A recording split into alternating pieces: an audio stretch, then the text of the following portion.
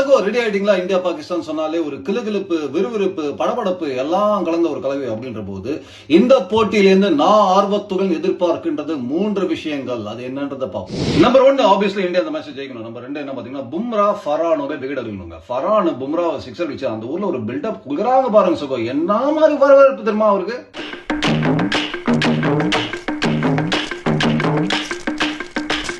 அட ஆமா சகோ, ஏஷியா கப்லாம் தோத்துட்டு போனவங்க ஹீரோ இந்த மேக்கிங் ஃபரான் வச்சு ஒரு டாக்குமெண்ட் எல்லாம் பண்ணாங்க. என்ன காரணம் பாத்தீங்கன்னா அவர் பும்ராவை 3 சிக்ஸர் அடிச்சாருன்ற ஒரே காரணத்துக்காக. சோ அவங்க ஃபேன்ஸ் எல்லாம் என்ன சொல்றாங்கன்னா, எவ்ரி டைம் நீங்க பும்ராவை ஆடும்போது சிக்ஸரா அடிச்சுட்டு வாங்க ஃபரான் சொல்லிருக்காங்க. தலைவா ஏதோ ஒரு டோர்னமெண்ட்ல நடக்கும்.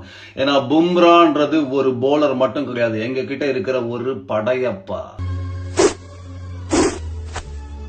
ஒரு தடவை தான் தவறு. மேட்ச் தோத்தாலுமே ஃபரான் தான் இங்க ஹீரோ. அதற்கு காரணம் பும்ராவையே சிக்ஸர் அடிச்சிருக்காரு அந்த மக்கள் சொன்ன போது ஒருவேளை யோசிச்சு பாருங்க, திலக் வர்மா எக்ஸ்ட்ரானரி பேட்டிங் ஆடிட்டு ஆனா மேட்ச் எழுந்து வெளியே வந்தோடனே அவர்கிட்ட போயிட்டு ஹாரிஸ் ராஃபையே சிக்ஸர் அடிச்சிங்க சூப்பர்னு சொன்னா நம்ம எல்லாரோட ரியாக்ஷனும் அவரோட ரியாக்ஷன் எப்படி இருக்குன்னா இப்படிதான் இருக்கும் சகோ. அதுல என்ன அவ்வளவு பெருமை சகோ?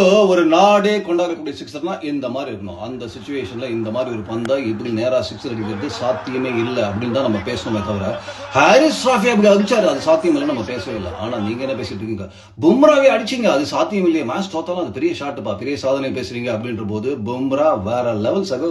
சரி விடுங்க, யுத்தத்துல தோத்தாலும் எங்க சுண்டலி உங்க சிங்கத்தோட முதுகுல ஏறி சொல்லிட்டு வந்திருக்கு. அதனால இந்த சுண்டலி தான் எங்களோட சிங்கம் நீங்க சொன்னாலும் சொல்லிக்கோங்க. நல்ல பிளேயர் நோ டவுட். இந்த முறை ஒரிஜினல் சிங்கம் கர்ஜிக்க போறது நீங்க பார்க்க போறீங்க.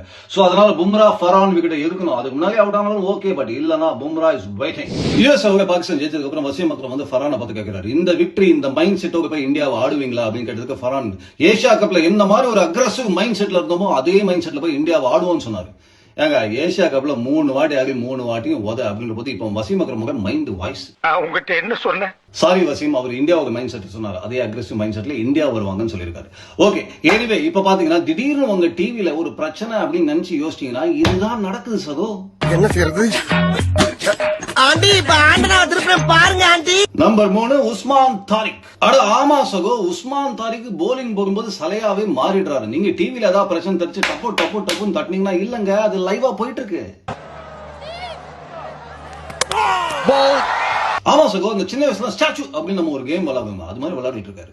நார்மலா பாத்தீங்கன்னா இந்த மிஸ்ட்ரி ஸ்பின்னர்லாம் பந்து இந்த பக்கம் வருமா அந்த பக்கம் வருமா அப்படின்றது தான் கேள்வியா இருக்கும். ஆனா இவர் போலிங் போகும்போது பந்தே வருமா அப்படின்ற கேள்வியா இருக்கு சகோ. அவர் ஆட போறதும் இன்ட்ரெஸ்டிங்கா இருக்கும் நினைக்கிறேன். எனக்கு ஹர்திக் பாண்டியா மாதிரி ஒரு பேட்டர் அவர் பலப்பார்ந்து தோணுது. எனவே பொறுத்து வந்து பார்க்கலாம். நீங்க இந்த மேட்ச்ல ஆர்வத்தோடு எதிர்பார்க்கின்ற அந்த மூமெண்ட்ஸ் என்னன்றது கமெண்ட் செக்ஷன்ல போடுங்க சகோ. அந்த டீம் காம்பினேஷன் எல்லாமே அடுத்த பதிவுல நான் பேசுறேன். ஹேவ் a nice day சகோ.